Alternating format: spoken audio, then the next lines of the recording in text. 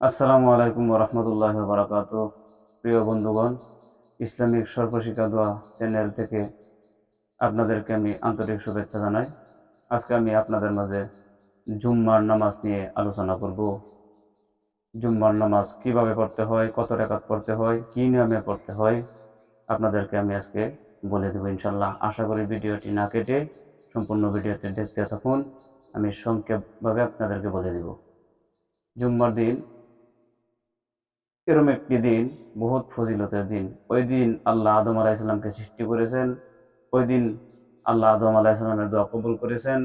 ওই দিনই আল্লাহ দুনিয়া কেমত করবেন। যে জুম্মার নামাজ আমরা বহুতে জুম্মার নামাজ পড়ি, বহুতে পড়ি নাই।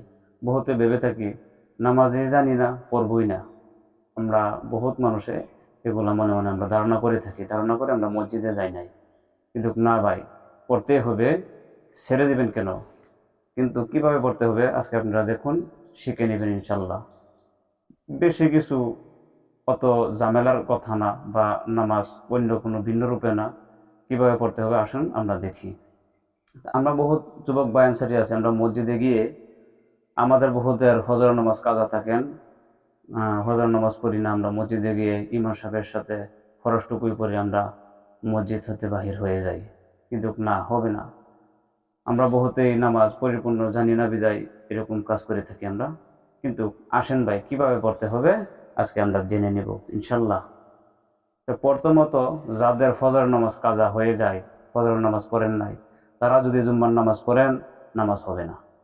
নামাজটুকু পড়তে হবে, মসজিদে গিয়ে আপনাদের পড়তে হবে। তো কিভাবে পড়বো নামাজগুলো আমরা? আসুন আমরা জেনে নেই। যাদের ফজর নামাজ কাজা আছেন, ফজর নামাজ পড়ছেন না, তারা প্রথমত মসজিদে গিয়ে 2 রাকাত ফজরের ফরজ কাজা পড়ে নেবেন। সুন্নতটুকু পড়তে লাগবে না, ফরজটুকু পড়লেই হবে। তারপর জুম্মার নামাজ বলা হয়েছে। কেউ কেউ বলে থাকেন জুম্মার নামাজ 22 রাকাত, কেউ বলে থাকেন 16 রাকাত। কিন্তু মূলত কতটুকু পড়তে হবে? কিন্তু প্রথমতে আপনারা মসজিদে গিয়ে 2 রাকাত তাহিয়াতুল অজু পড়ে নেবেন, পড়াটা উত্তম। তারপর 2 রাকাত দুখলুল মসজিদ পড়ে নেবেন, পড়াটা উত্তম। তারপর 4 রাকাত কাবলাল জুম্মা পড়তে হবে। ওই নামাজগুলোই আপনার পড়তে হবে। তারপর 2 রাকাত ফরজ ইমামের সাথে পড়বেন। এই ফরজটুকু ইমামের সাথে আপনারা পড়বেন। তারপর 4 রাকাত বাদাল জুম্মা, ওই জুম্মা পড়তেই হবে, বাদাল জুম্মা। তারপর 4 রাকাত আখিরি জুহুর পড়া উত্তম। তারপর 2 রাকাত সালাতুল ওয়াক্ত, সুন্নতুল ওয়াক্ত পড়া উত্তম। তারপর 2 রাকাত নফল নামাজ পড়তে হবে, পড়া উত্তম। তারপর আমরা জেনে নিব বিস্তারিত আমরা কোন কোন নামাজটুকু পড়তে হবে, না পড়লে হবে না। আপনার প্রথমত মসজিদে গিয়ে যাদের ফজর নামাজ কাজ আছে, ফজর নামাজ তো পড়তেই হবে। পড়ে নিয়ে 4 রাকাত কাবলা জুম্মা পড়তে হবে। ওই নামাজগুলো আপনার পড়তে হবে। তারপর ইমামের সাথে 2 রাকাত ফরজ পড়ে নেবেন। তারপর 4 রাকাত বাদাল জুম্মা পড়ে নেবেন, পড়া উত্তম। মানে পড়তেই হবে, ওটুকু ছেড়ে দিলে চলবে না। তা আগে 4, ইমামের সাথে 2, 6। তারপর 4 রাকাত, তারপর 4 রাকাত বাদাল জুম্মা। এই 10 রাকাতে পড়লে চলবে। বাকিটুকু পড়বার চেষ্টা করবেন ইনশাল্লাহ, পড়াটা আমাদের কাছে উত্তম। কিন্তু আমরা মসজিদে গিয়ে আরো একটা কথা আপনাদেরকে বলতেছি। আমরা মসজিদে গিয়ে ইমাম সাহেব যখন খুতবা দেয়, খুতবার সময় আমরা ধ্যান ধরে খুতবাটুকু শুনে নেব, কথা বলবো না। কথা বললে আমরা গুনাহগার হয়ে যাব।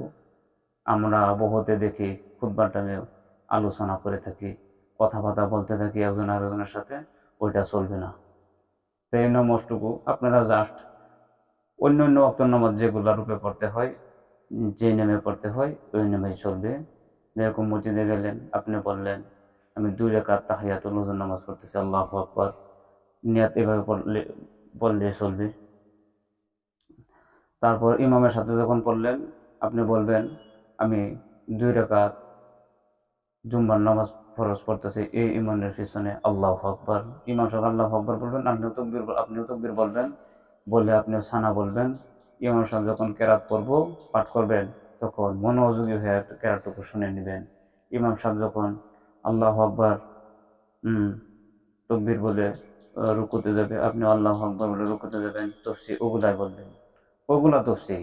যখন আখিরি বৈঠকে বসবেন, আত্তাহিয়াতু পড়বেন, আপনিও বলবেন আত্তাহিয়াতু। হুম। তারপর দুরূদ শরীফ পড়বেন, আপনিও দুরূদ শরীফ পড়বেন, কলেমা সূরা পড়বেন, আপনিও দুরূদ শরীফ পড়বেন। ইমাম সাহেব সালাম ফিরিয়ে নিয়েছে, আপনার শেষ হয় নাই, আপনিও সালাম ফিরিয়ে নেবেন। ওই নিয়মগুলা ওইটুকু ভাবেই। তাহলে আশা করি আপনারা বুঝতে পারছেন। কেউ হেলা করবেন না।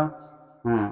আপনাদেরকে আমি নামাজের দাওয়াত দিয়ে দিলাম, প্রত্যেকে নামাজ পড়বার চেষ্টা করবেন। আমার ভিডিওগুলো যদি আপনাদের কাছে ভালো লেগে থাকে, অপর ভাইদেরকে শেয়ার করে দিবেন, অপর ভাইদের শিকার তার সুযোগ করে দিবেন।